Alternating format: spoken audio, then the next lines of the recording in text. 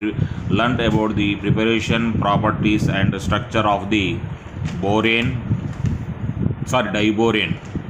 Diborane formula is BTH6, and we have learned about the preparation, properties, and structure of the higher boranes. Under higher boranes, we have learned about the tetraborane and pentaborane, and we have learned about the boron nitrogen compounds also.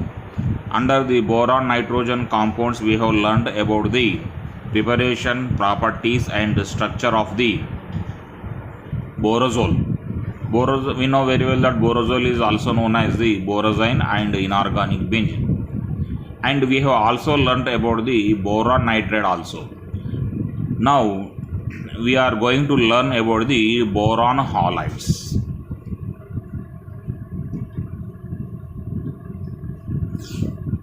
First of all, we go for the preparation of the boron halides. Boron halides general formula is the BX3. Halogens means fluorine, chlorine, and iodine gases are known as the halogens. And the general formula of the boron halides is the BX3. So, here generally we represent halogens with the symbol X. Now we go for the first preparation method. Boron halides can be prepared very simply by directly reacting halogens with the borons. But here we have to maintain the required conditions. As the required conditions are different for the preparation of the boron trifluoride, boron trichloride, and boron triiodide, we are not specifying here the conditions. So, but anyhow, in order to prepare the required halides, we have to maintain the required conditions. So we go for the second preparation method now.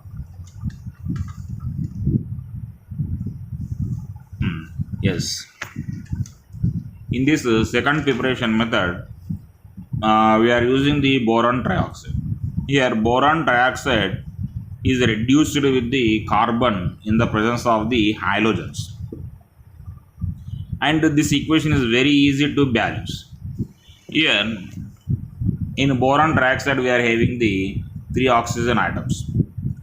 And so here we get the carbon monoxide as the product. So here we have tried 3C. And on the product side, we have tried the 3CO. And we know very well that halogens exist as the diatomic molecules. So here we write X2.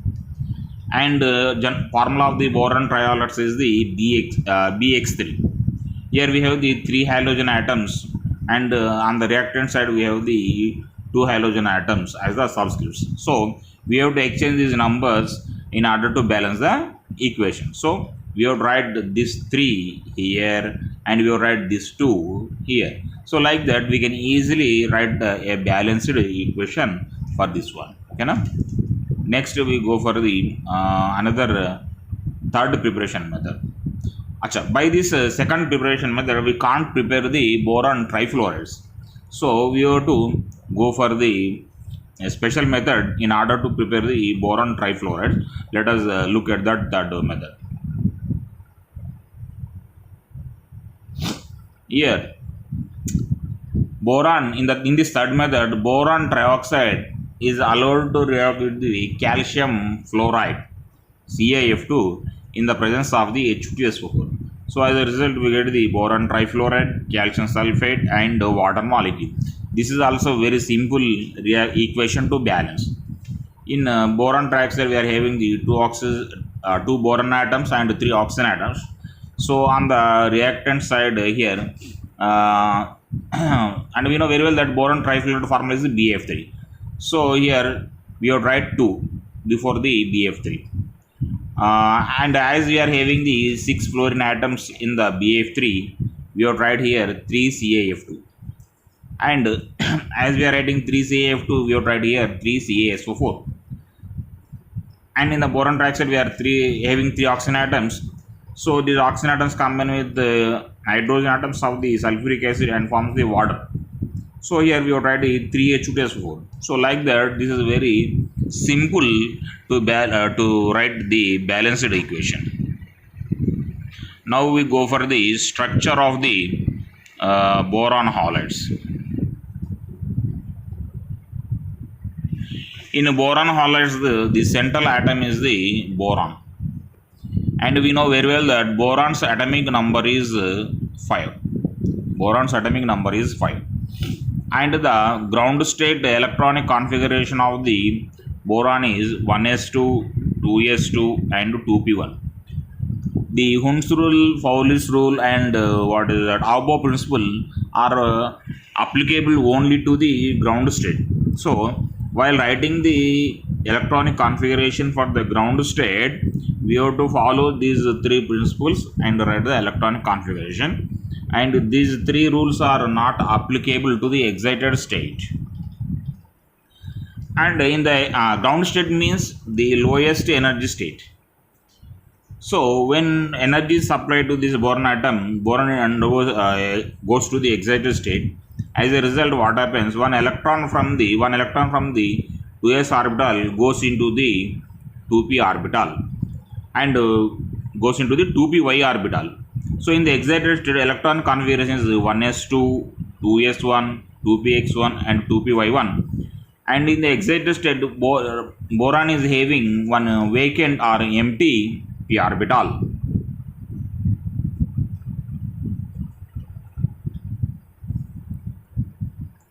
Now, the fluorine, electron of the halogen atom combines with the electron present in the sp2 hybrid orbitals of the boron atom and form the molecule like this. For example, I am writing here fluorine atoms. Okay, na? So like that, the bonds are formed here.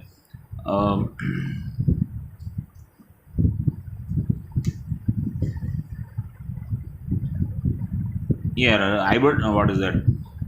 Diagrams for the hybridization is also shown in the slide. Okay, this is s orbital. This is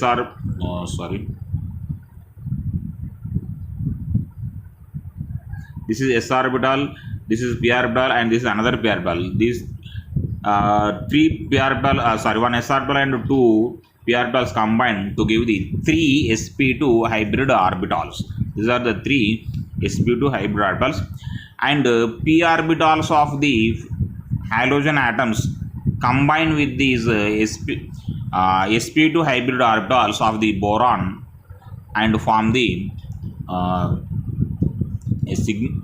sigma bonds. These sigma bonds are known as the sigma sp2p.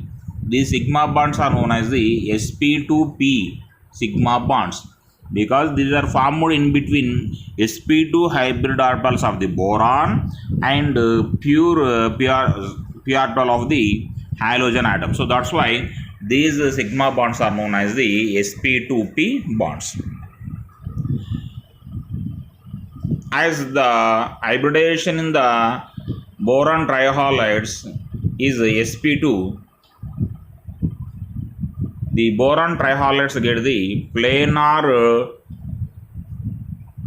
triangle structure like this. Look here, planar triangle structure. This is the planar triangle structure. At the center we have the boron atom, and at the sides we have the halogen atoms. For simplicity, I am writing here the fluorine atom. So I write in the middle once again. So boron halides have the planar triangle structure like this: fluorine, fluorine, and fluorine. So like that, we have the planar triangle structure. All boron trihalides have the I write in the middle. All boron trihalides have the planar triangle structure due to sp2 hybridization. Planar triangle structure, that you have to remember.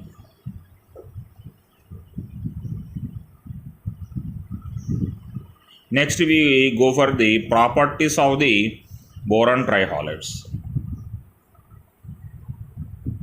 Now we are clear that boron atom is having empty or vacant p orbital, pure vacant p orbital with it.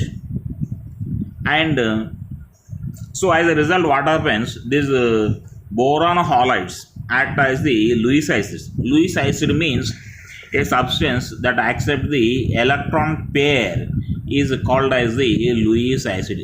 Electron pair acceptor. So here I write what is that, acceptor. Electron pair acceptor is known as the Lewis acid, and electron pair donor is called as the Lewis base. So as these boron trihalides are able to accept the electron pairs due to the presence of the empty or vacant orbitals, they act as the Lewis acids. For example, here boron, in this reaction, boron trifluoride is reacting with the ammonia, and we know very well that on the nitrogen atom of the ammonia, one lone electron pair is there. So this electron pair is given to the boron atom, and a coordinate covalent bond is formed between the boron atom of the boron halides and the nitrogen atom of the ammonia. So here coordinate covalent bond is shown with the pink arrow. Here arrow lies towards to the donor atom. Head of the arrow lies towards to the boron atom. So here ammonia act as the Lewis base because it is the donating lone electron pair. So by this reaction we can say that boron halides behave as the Lewis acids. Now we know very well that fluorine is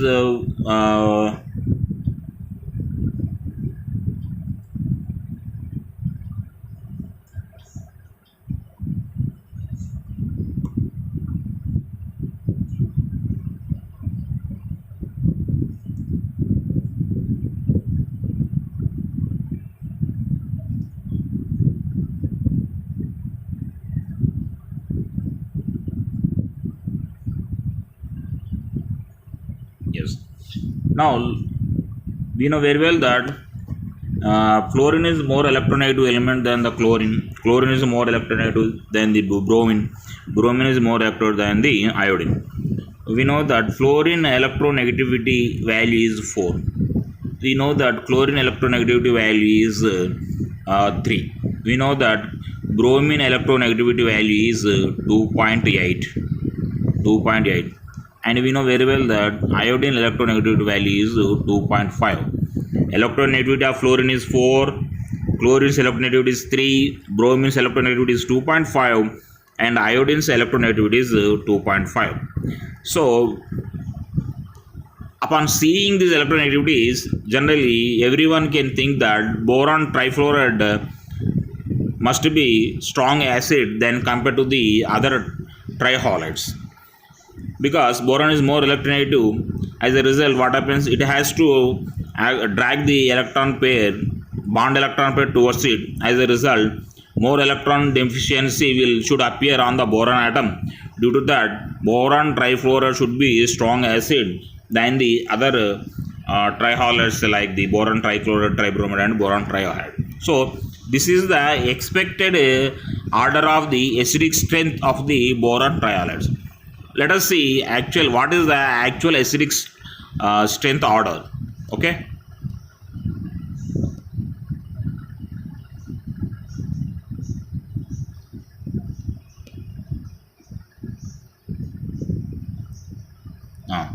So look here, my dears, this is the actual order strength.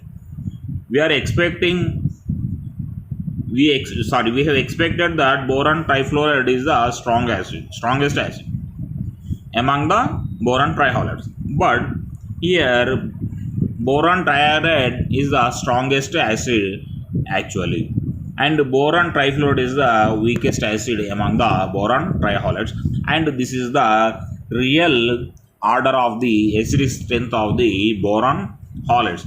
Why it is so, let us understand.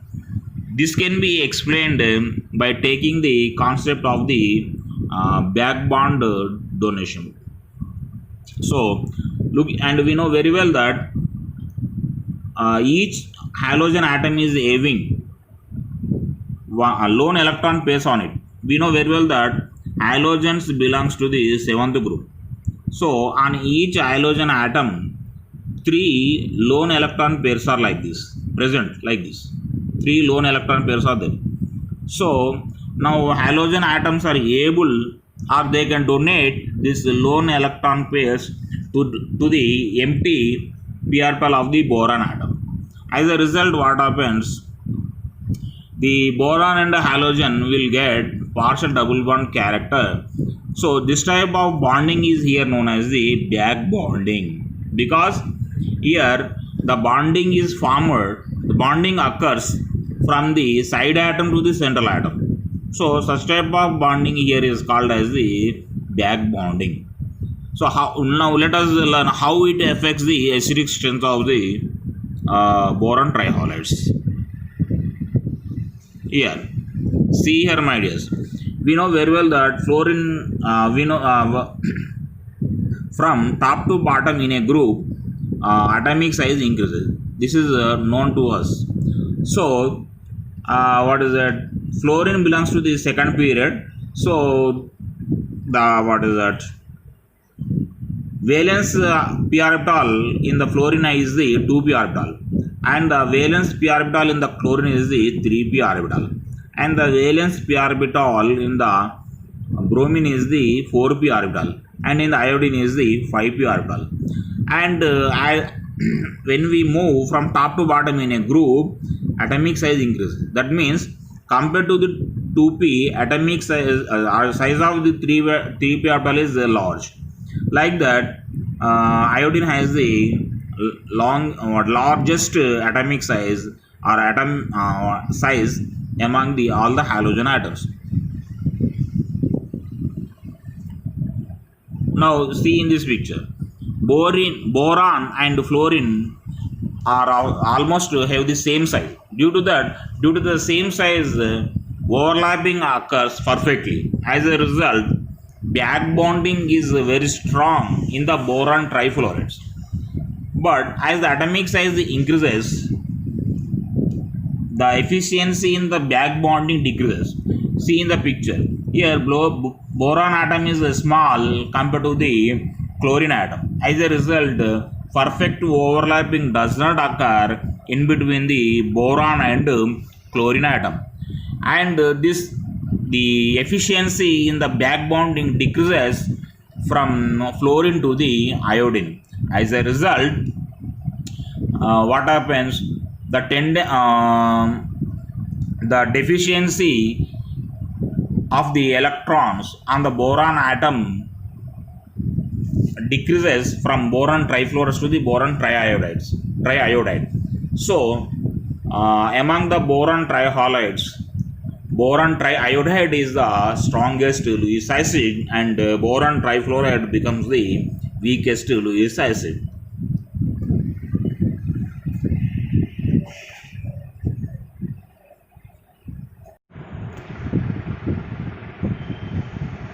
Here, hello students, here we have the strong evidence for the existence of the back bonding. We know very well that diborium formula is B2H6. Here we observe that single BH3 entities do not exist, whereas BF3 means BX3 units exist. Here this is the strong evidence that in boron trihalides back bonding is existing. Here, as BH3 single units are not able to exist, they form dimeric forms and exist as the B2H6. We go for the second evidence that in a boron trifluoride we can observe the resonance. Here these are the possible resonance structures for the boron trifluoride. In the structure 1, coordinate covalent bond is there between the number one fluorine atom and the boron atom. In the second second structure, coordinate covalent bond is there between the second fluorine atom and the boron atom. And in the third structure, coordinate covalent bond is there between the third fluorine atom and the boron atom. So if resonance is not possible, then we should have the two types of bond lengths in boron trifluoride. But here we have the only one type of bond length. So that is a strong evidence for the resonance. So this resonance and the existence of the single BX units are the strong evidences for the formation of the back bonding. Now we discuss about the aluminium halides. Here, boron halides, these aluminium halides are also covalent compounds. But aluminium trifluoride is an ionic compound, because we know very well that fluorine electron negativity is very high and its electron negativity is 4. So aluminium fluoride is an ionic compound, whereas the other aluminium halides like aluminium chloride, aluminium bromide and aluminium iodide are ionic compounds. So that's why those ionic compounds dissolve in organic solvents. Here actually, even though aluminium halides are covalent compounds, when they are added to water, they change into the ionic compounds and release the Al+3 ions. Here this happens so because the hydration energy of the Al+3 ions is much greater than the ionization energy of the Al+3 ions. So that's why in water ionization occurs and we are able to get the free Al+3 ions.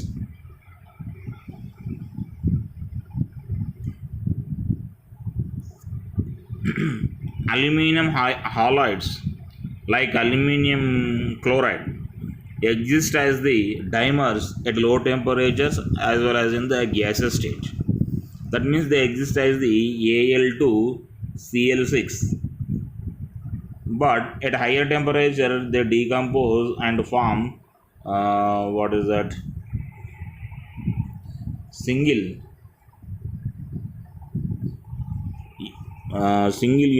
entities like AlCl3. Okay, AlCl3.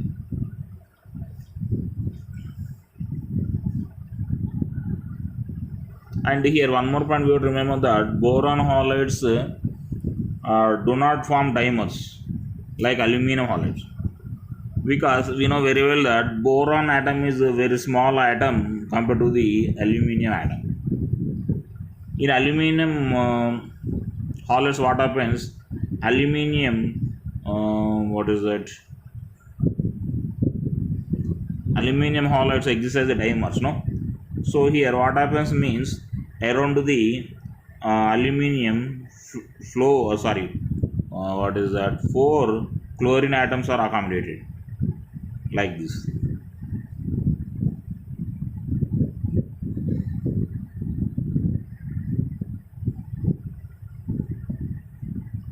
Around aluminium atom, here we are having the 4 chlorine atoms. As aluminium atom is a very bigger atom than the boron atom, it can accommodate the 4 bigger atoms around it. Due to the small atomic size, boron does not accommodate 4 halogen atoms around it. So that's why boron halides does not exist as the dimers.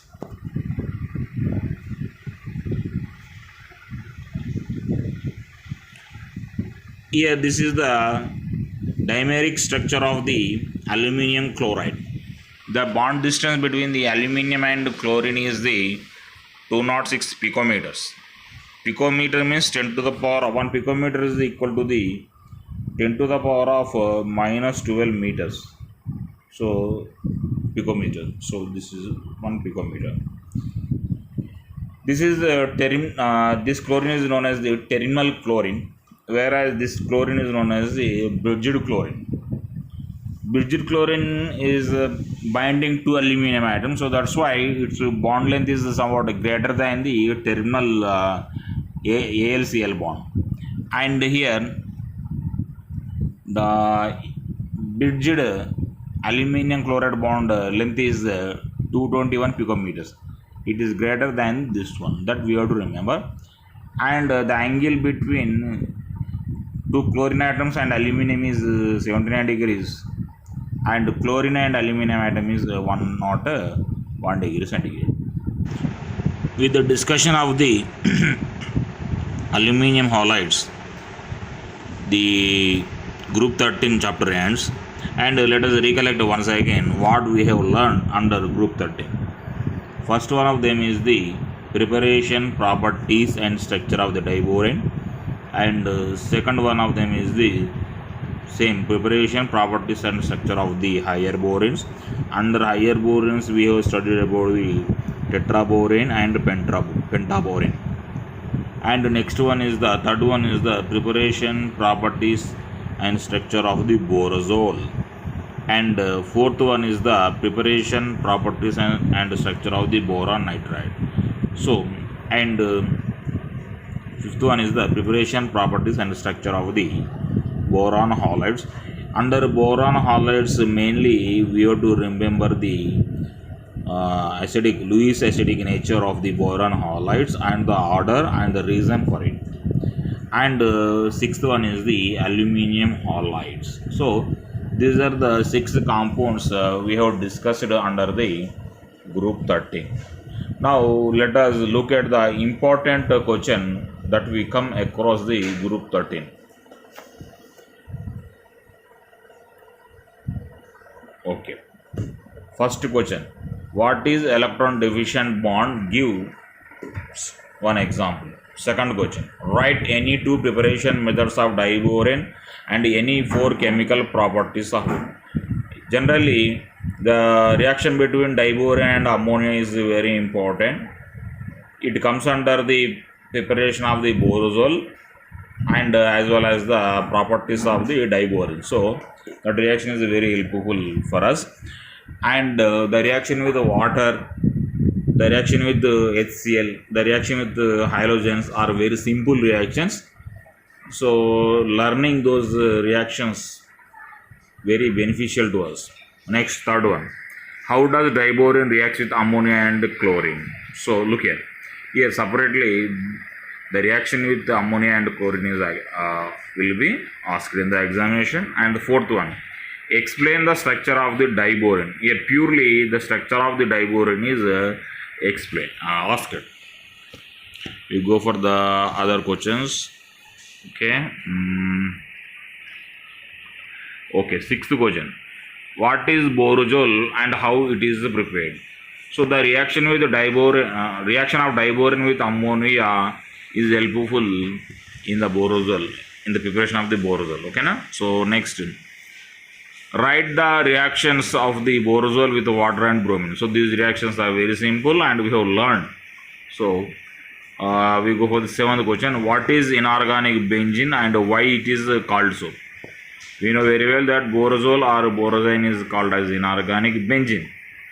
Here it is called so because its structure and properties are very much similar to the benzene. So that we have to write, and we have to remember 2 or 3 similarities in the properties. Next, why borazole? Eighth question. Why borazole is more reactive than benzene?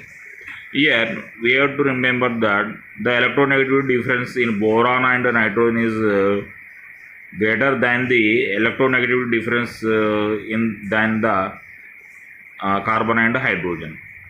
So as a result, borazole is more reactive than the benzene. So that is very important. And the next, we go for the next questions. Okay. Next, ninth question.